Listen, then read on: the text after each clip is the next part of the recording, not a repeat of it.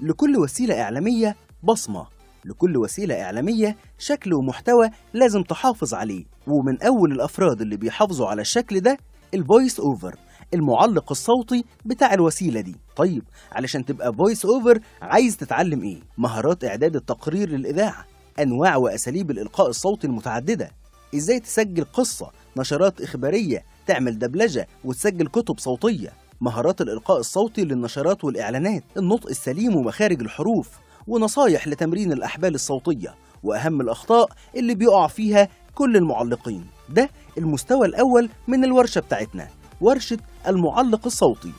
أما المستوى الثاني فهتتعلم فيه حاجات كتيرة قوي، إزاي تترجم الأفكار المختلفة إلى محتوى برامجي قيم، إزاي تكسر حاجز الخوف والارتباك قدام أدوات التواصل الإعلامي سواء كانت ميكروفون أو كاميرا، إزاي تتعلم المهارات اللي بيطلبها التعامل مع البث المباشر، هتتدرب على كل القوالب البرامجية المختلفة، وإزاي تبتكر وتخلق مادة تشويقية علشان تعرض محتوى خاص ببرنامجك، وفي الآخر خالص هتعرف تكتب كل الحاجات دي وتنفذها بنفسك في ورشة المعلق الصوتي المتكامل من دانات ميديا. دانات ميديا، ابعد عن الزحمة.